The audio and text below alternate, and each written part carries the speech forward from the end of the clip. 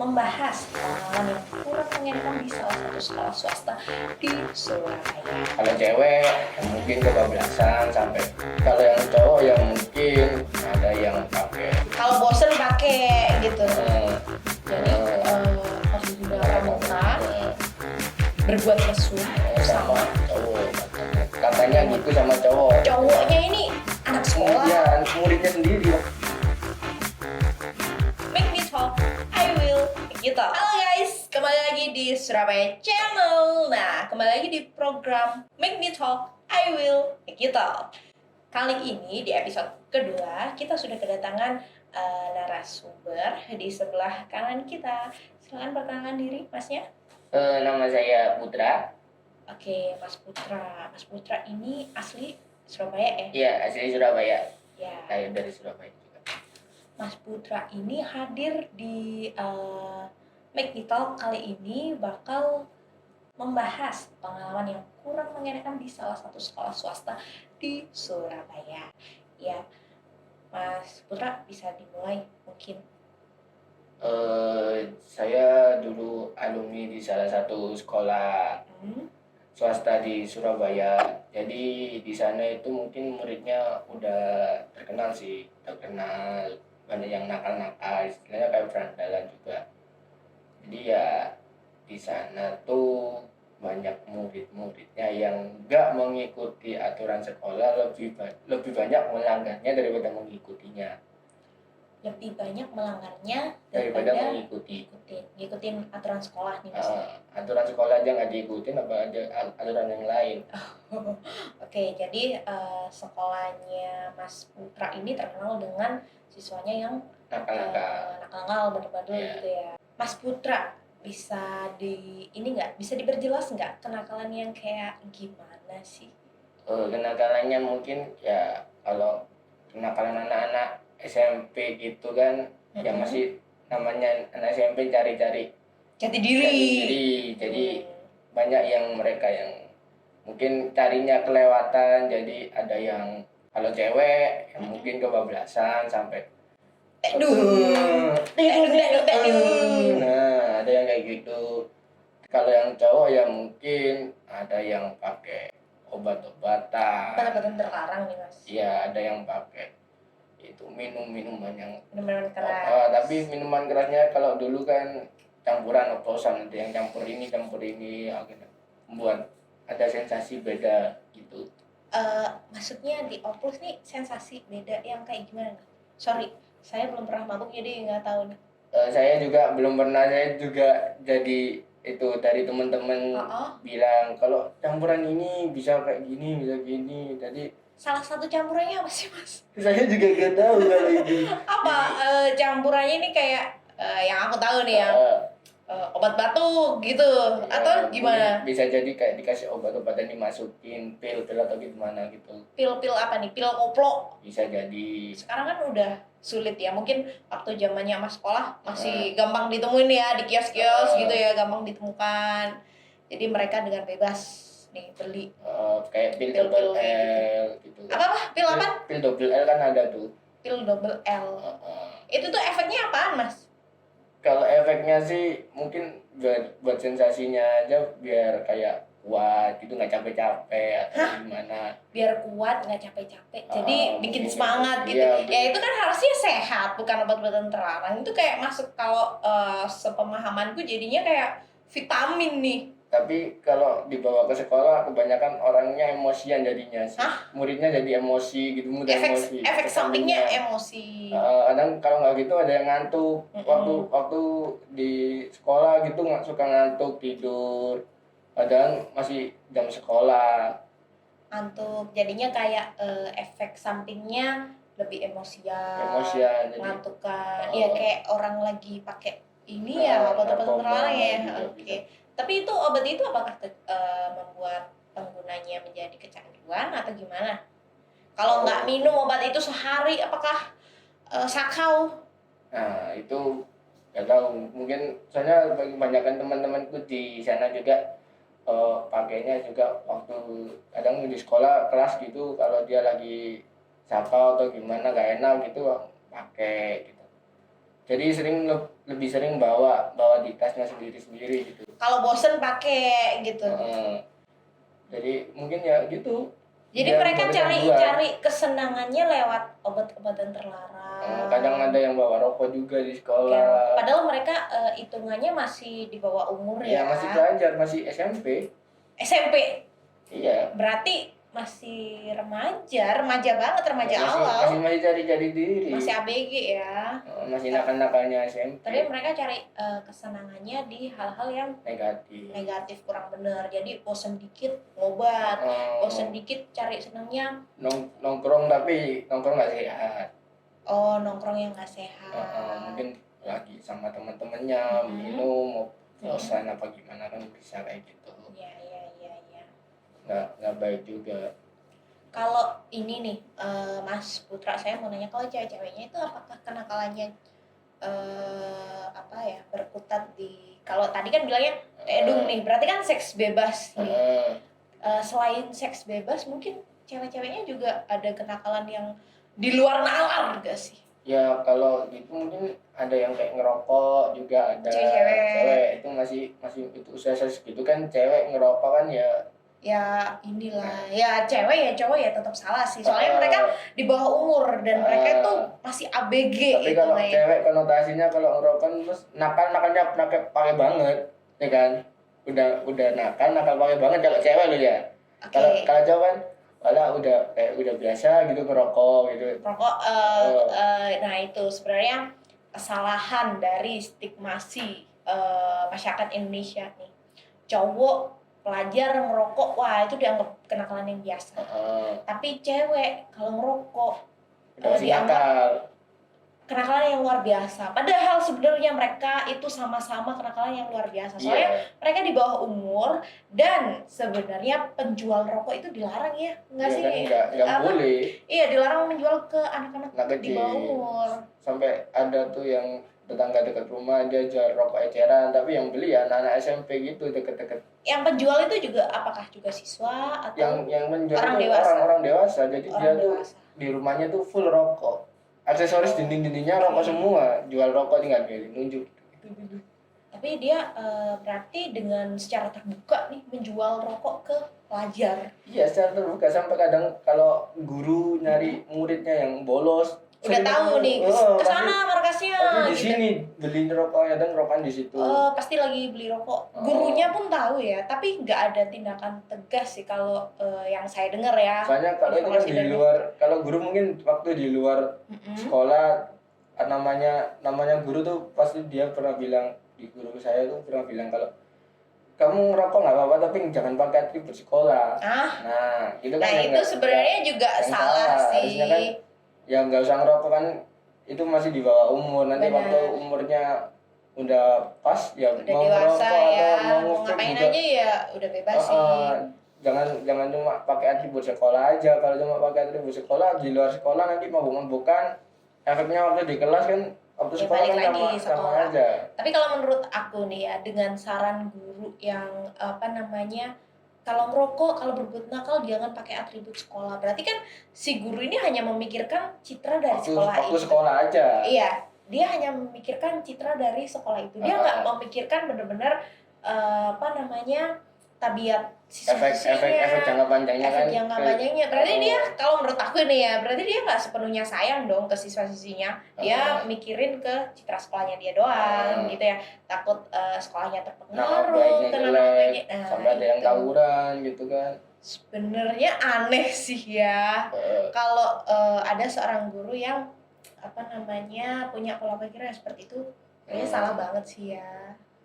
Nah makanya itu kan, selain itu peran orang tua juga harusnya jangan cuma ngasih amanah ke sekolah, didik anakku, tapi gitu ya. di rumah dibiarin bebas. Nah itu kan juga nggak baik, kasihan anaknya kalau dibiarin gitu aja. Otomatis kan anaknya ngerasa kesepian, dia nyari kebahagiaan di luar keluarga, ya ujung-ujungnya nanti entah, kalau baik nggak apa-apa, kalau pas jeleknya dapet temen yang kurang baik kan gitu ya. Dikasih narkoba, mau diajak pesta, istilahnya pesta gitu, mau. Anak SMP nih pesta. pesta narkotika. Berarti kita bisa tarik ini sih, bisa tarik benangnya ya istilahnya. Kalau dari sekolah itu tuh sebenarnya efek berantai gitu loh. Jadi dari sekolahnya juga kenalan sini kenalan sana diajak. Benar, dari stigma masyarakat juga udah buruk. Oh, yang masuk sekolah situ pasti buruk. Nah, otomatis siswa-siswi yang masuk ke sana kan dia udah ngerasa udah dicap buruk nih. Wah, gua masuk ke sini mau nakal mau baik juga dicap buruk nih. Ya udah sekalian aja nakal. Tapi dulu di sana kalau mau masuk ke sana itu keren gitu. Aku bisa masuk sekolah yang nakal. Mungkin ada yang kayak gitu beberapa. Sebenarnya pola pikir yang agak-agak gimana. Ada yang gitu kayak dari aku dulu di sekolah ini cari pengakuan gitu. Jadi kayak aku paling berani di sini ini. Nah, kayak gitu ya, kan itu namanya baik juga. Apa namanya anak remaja cari pengakuannya lewat hal-hal yang kayak gitu ya. Mungkin di seumuran mereka hal-hal seperti itu tuh menurut mereka wajar. Keren gitu ya. Tapi kan tergantung lingkungan sih ya. Lingkungan rumah, lingkungan pertemanan sekitar, sama juga lingkungan sekolah, lingkungan ya kayak gitu sih, efek berantai sih. Ya otomatis kalau misal kamu berteman sama 5 orang yang nakal ya, kamu jadi orang nakal ke-6 nih. Gitu kan. Kalau kamu temenan sama 5 orang yang pinter nih, kamu jadi orang pinter ke-6. Nah, otomatis kalau mereka masuk ke lingkungan yang mayoritas nakal, ya pergaulannya kurang oke lah. Nah, kamu bakal ngikut. Nah, biasanya kan gini tau, ayo ikut dong minum, kalau nggak ikut nggak teman, nggak follow, diajak-ajak kayak dipaksa gitu loh. Ini coba ini nih, kalau nggak enak gini. Kamu kalau nggak mau nggak gaul gitu, nggak ikut kayak golongannya gini. Jadi mereka nganggapnya kalau melakukan sesuatu yang kurang oke itu keren. Gitu membenarkan hal yang salah. Harusnya kalau teman kan nggak usah maksa gitu toh. Kalau mau ya pakai, kalau nggak usah. Ya itu kembali lagi ke efek berantai tadi sih. Apalagi kalau yang aku dengar dari omongan yang guru yang tadi itu ya salah banget sih. Kalau yang di lingkungan rumah kan ya kita nggak tahu ya setiap anak dibesarkan dengan cara seperti apa ya.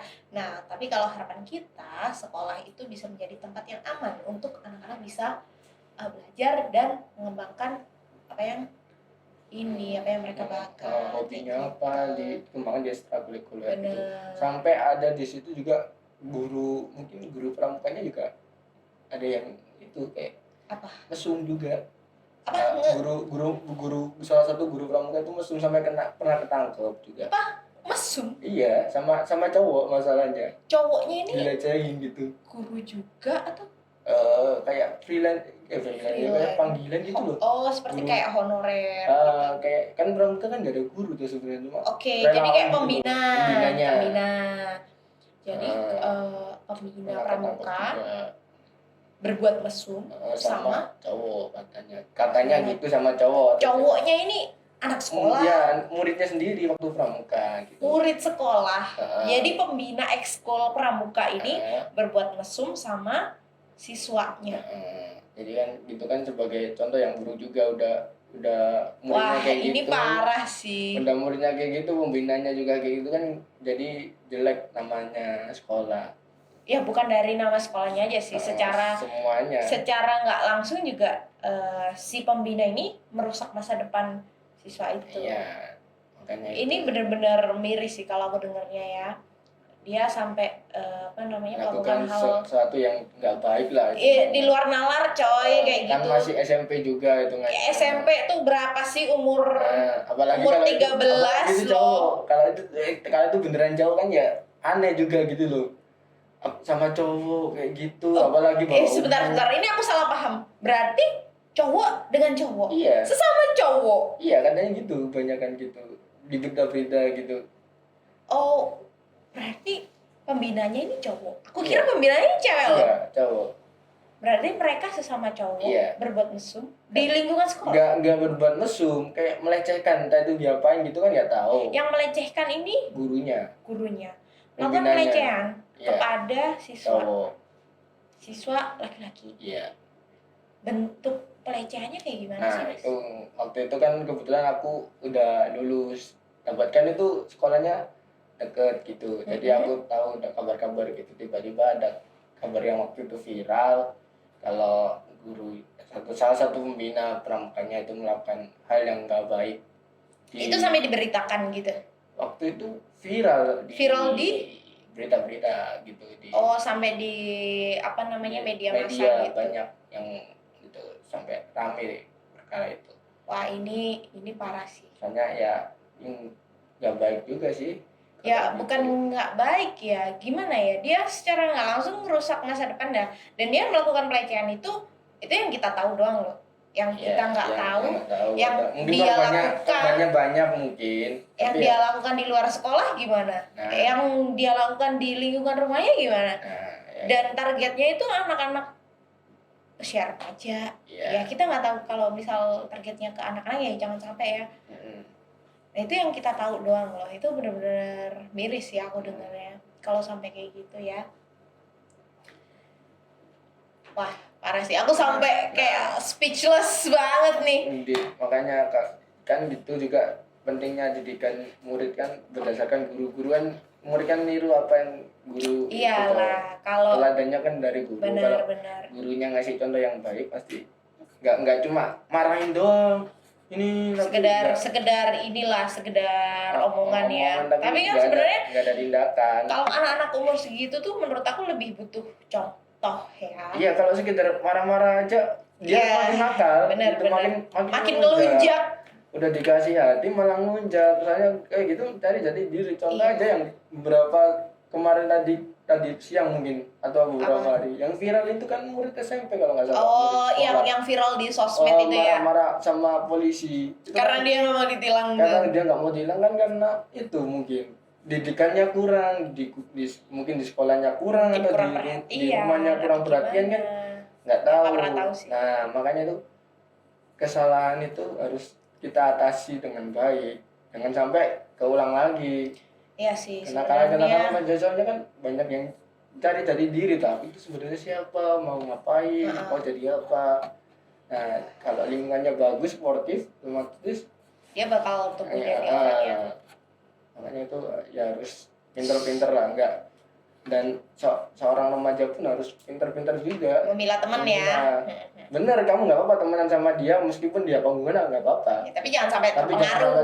Jangan sampai terperosok. Jadi aku dulu tuh juga banyak temanku yang sekitarku itu dia juga pengguna, dia pakai pil, pakai kristal, gini, pakai narkoba gitu loh, sejenis gitu. Tapi aku sendiri nggak ditawarin ini pakai enggak. Oh berarti Mas Putra bisa menjaga diri. Iya, mengendal diri sendiri, nggak mau ikut-ikutan. Nah ini kan harus berarti kita harus jaga diri sendiri. Kalau bukan jaga diri kita sendiri. Siapa yang mau jagain? Gurunya juga modelan kayak tai. Kalau udah kena ditangkap polisi, teman nggak mau tahu. Nggak mau tanggung jawab lah. Guru juga ya udah. Tanggung jawab diri sendiri. Ya kita yang tangkap, masuk penjara ya nggak mungkin sama guru. Nah itu kan yang Mas Putra lakuin nih. Ya berarti kan Mas Putra punya pemikiran jangka panjang ya. Nah kalau yang teman-teman yang lain kan kita nggak tahu ya pemikirannya gimana. Mungkin mereka tergiur gitu ya sama sensasinya, sama kerennya, sama apa.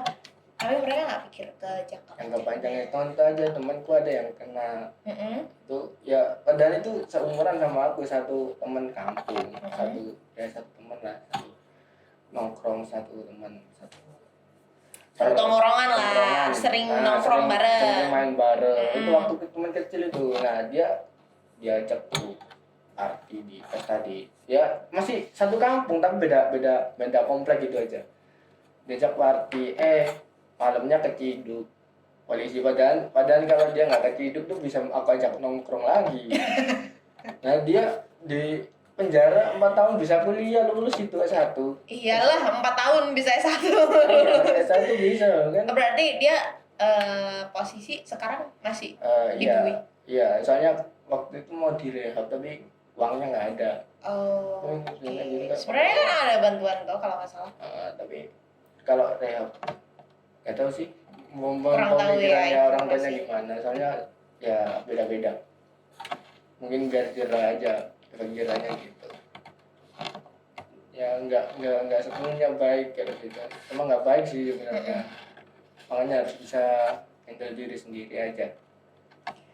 Berarti kayak gimana ya, lingkungannya itu benar-benar kurang baik lah buat jadi lingkungan belajar anak-anak remaja ya. Kurang pantas juga gitu, apalagi sama tingkah laku gurunya juga menurutku nggak banget sih, nggak, kurang memadai dan juga nggak pantas buat jadi contoh buat benar. Dan tempat itu menurutku nggak pantas disebut sekolah, nggak pantas.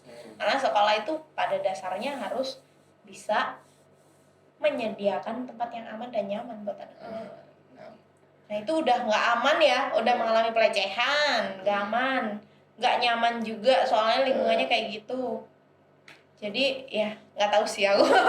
Dari pihak sekolah juga ya, bukan menyalahkan pihak sekolah juga udah melakukan langkah-langkah yang baik, mungkin kayak memanggil kepolisian untuk mengecek gimana muridnya kayak gimana, ngetes. Mungkin Jadi udah ada langkah-langkah, ada upaya untuk menurunkan tingkat kenakalan remaja itu udah ada, mungkin dipanggil kepolisian, guru gini pokoknya udah ada. Jadi sekolah juga nggak lepas tangan gitu, dia udah kayak bertanggung jawab juga lah. Nggak mungkin muridnya jelek di mata masyarakat dibiarin kan, nggak. Akhirnya ya gimana caranya, kayak pernah datangin kepolisian, rahasia apa bisa rahasia gitu. Kapan hari ya, ada dulu tuh pernah rahasia itu rokok, dapat tuh pil, ada pil ekstasi gitu, pil tuh gitu ya. Akhirnya kena semua. Nggak kena itu ya dapat hukumannya, entah itu hukumannya selanjutnya gimana nggak tahu.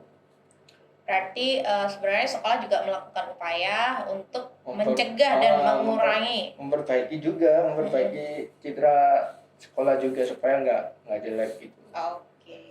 Nah, tapi ya emang balik lagi ke anaknya sih ya, kesesuaian. Kalau guru udah berusaha, sekolah udah berusaha, kalau diri sendiri nggak mau berubah ya sama aja. Ya mungkin karena apa ya, sudah terbiasa mungkin, atau lingkungan circle-nya juga ya, lingkungannya yang mendukung dia untuk berbuat begitu kan, ya percuma. Di sekolah cuma beberapa jam aja, kalau di rumah kan bisa lama. Benar. Jadi kalau di rumahnya orang tuanya nggak aware, dibiarin, nggak terlalu memperdulikan anaknya, udah fokus kerja, pulang tidur gitu, anaknya dibiarin ujungnya main nggak tahu sama siapa. Akhirnya kena gitu kan. Dan juga kasihan, sampai ada temanku itu, temannya tinggal nggak salah, dia habis malam-malam tuh ngoplos paginya malam, nggak pagi sih, itu sering ngoplos, akhirnya paru-parunya itu rusak. Paru-paru tuh nggak ngijil itu rusak. Pokoknya gitu, karena sering ngoplos akhirnya meninggal. Nggak, karena itu tadi orang tuanya sibuk kerja semua, kurang perhatian ya. Kurang perhatian, dia mencari kesenangan dengan teman-temannya. Nah, kesenangan dengan teman-temannya itu ya harus dicari, dipilah-pilah juga, nggak semuanya itu benar. Ada yang kalau temannya baik ya alhamdulillah, seneng dapat teman yang baik, sportif, bisa mendukung. Ada yang baik, kalau yang dapat yang jelek diajakin minum, diajakin narkoba. Pengaruh sebenarnya pengaruh di luar lingkungan sekolah itu banyak, lebih besar ya. Tapi kan gini, otomatis circle pertemanan mereka juga teman-teman sekolah dong. Tapi mereka ngelakuinnya di luar jam sekolah gitu ya, dengan catatan karena nggak dapat perhatian dari orang tua. Kalau kan kebanyakan, apalagi usia-usia gitu kan, dia saat-saatnya mencari perhatian gitu. Kalau orang tuanya nggak perhatiin, dia temannya yang perhatiin dengan cara yang salah. Kalau dia cari perhatian lain, biar wah anak ini gaul ini, nah pakai ini, nah kan dia cari pembuktian. Dari sendiri. Padahal nggak perlu sampai kayak gitu ya sebenarnya ya.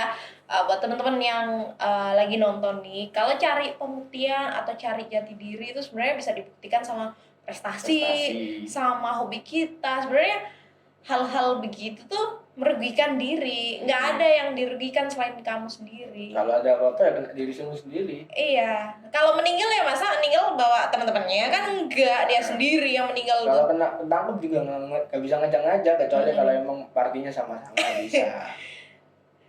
Ya gitu ya, resiko ditanggung sendiri. Resiko ditanggung kalau mau berbuat sesuatu ya harus tahu resikonya, jadi lebih baik jangan coba-coba lah.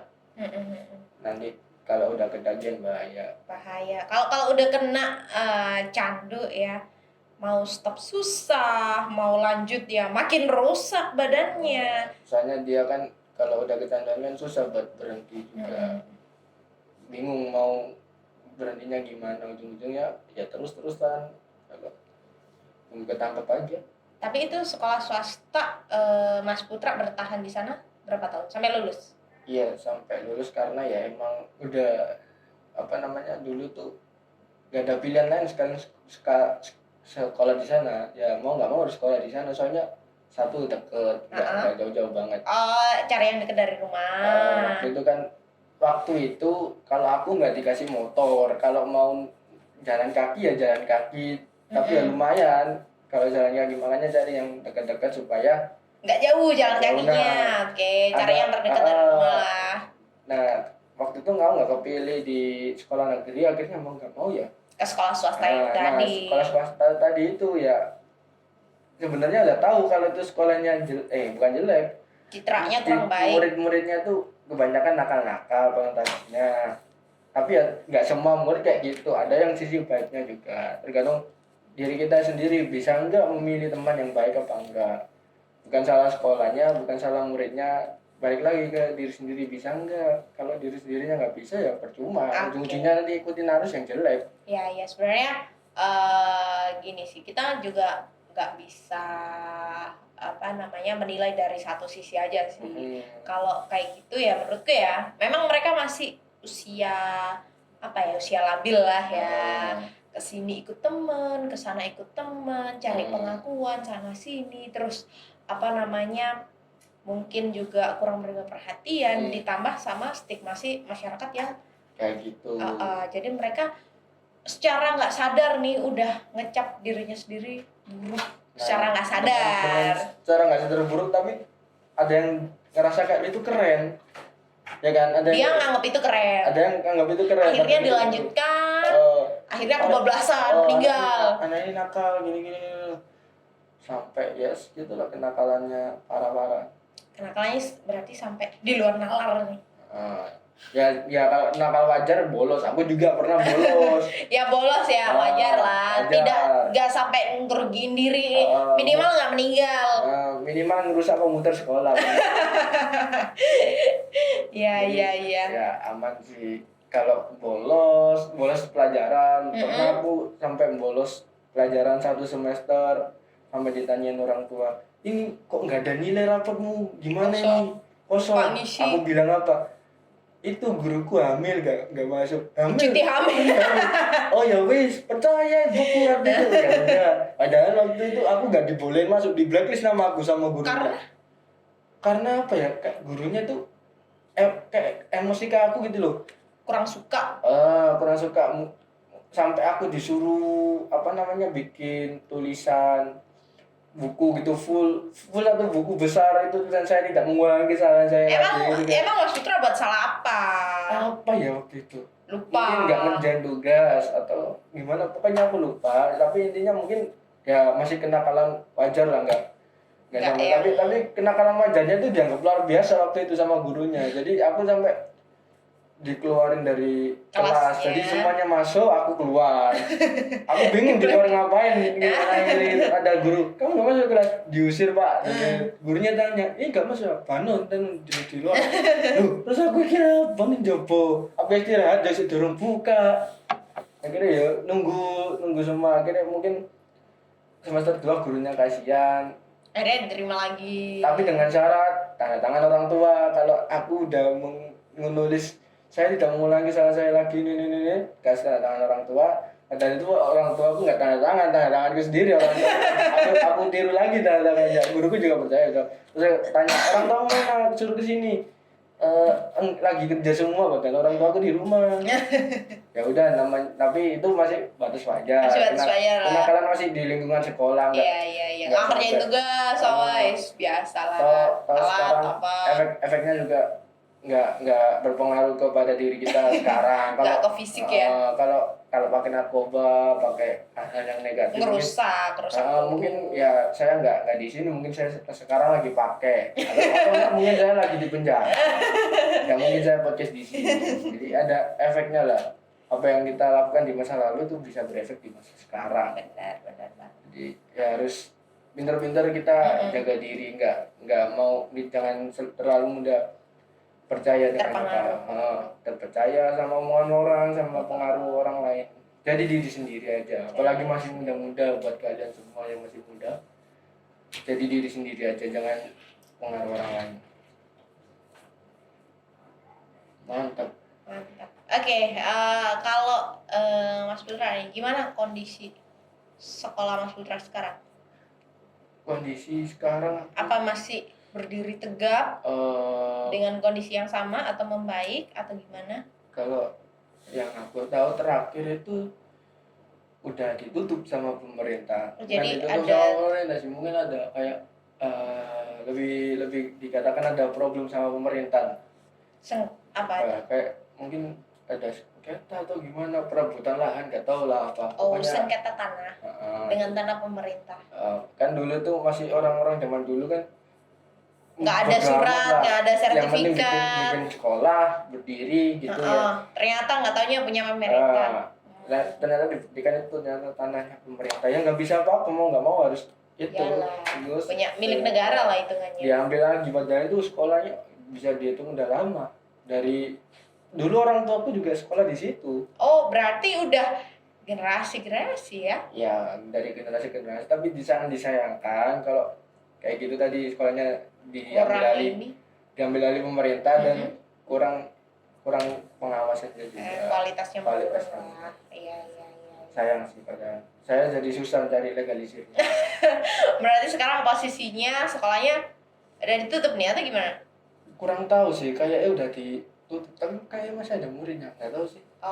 Mungkin muridnya ditransfer ke sekolah lain mungkin. Bisa jadi kayak gitu. Bisa jadi. Kurang tahu lagi sih. Saya jarang ke SMP. Ya, jarang ke SMP lagi. Oke. Ya, buat Mas Putra nih, mungkin ada kalimat penutup nih. Kita ngobrolnya udah sampai sini aja. Mungkin ada kalimat yang mau Mas Putra sampaikan kepada teman-teman di rumah atau kepada sesama alumni dari sekolahnya Mas Putra. Gimana, Mas? Kalau saya sendiri sih, kalau buat orang tua ya harus sering-sering perhatian ke anaknya, jangan sampai anaknya merasa kesepian sampai mencari hiburan keluar. Ya hiburan keluar kalau sama temen yang baik nggak apa-apa, kalau sama yang temen yang jelek ya bisa jadi nanti efeknya bahaya. Nah, kalau untuk guru-guru ya itu mendidiknya harus lebih baik lagi, sampai cuma marah-marah aja, nyuruh-nyuruh aja, tapi nggak ada ngasih contoh. Iya, ngasih contoh, nggak mendidik, bener-bener mendidik gitu loh, cuma ngasih tugas ini marah-marah. Nah kan murid-murid apalagi umur segitu kan semakin dimarahin semakin ngejar. Jadi aku nakal karena guru gue gini, akhirnya ya ujung-ujung pasti diulangi lagi, nggak ada efek kapoknya. Nah, untuk sesama alumni gimana pesan dan kesan? Jangan pakai jangan diulangi lah kesalahan yang sama lah. Udah pada umur ya, udah pada dewasa, nanti kalau tua sakit semua kamu. Soalnya efeknya kan jangka panjang. Sekarang nggak apa-apa, nanti tua remek kan. Ya, untuk diri semuanya sendiri-sendiri ya lebih baik dari diri sendiri aja, jangan ngikutin apa kata orang, supaya diri kita ya yang menolong diri kita sendiri. Orang lain ya nggak bisa nolong kita. Kalau kita mati yang nolong Tuhan. Udah cukup sekian nih, panjang. Panjang ya, agak panjang sih. Iya. Oke, itu dulu obrolan kita pada hari ini ya. Kita udah bahas panjang lebar sekolah swasta di Surabaya. Mungkin banyak sekolah-sekolah di luar sana yang belum terekspos ya oleh media yang kita sama-sama nggak tahu. Namun kita bisa sama-sama belajar dari salah satu sekolah ini. Terus buat teman-teman di rumah jangan sampai terpengaruh sama yang negatif-negatif, oke? Jaga diri, jaga kesehatan. Sampai jumpa kembali di Make Me Talk, I Will Make You Talk. Bye-bye. Make Me Talk, I Will Make You Talk.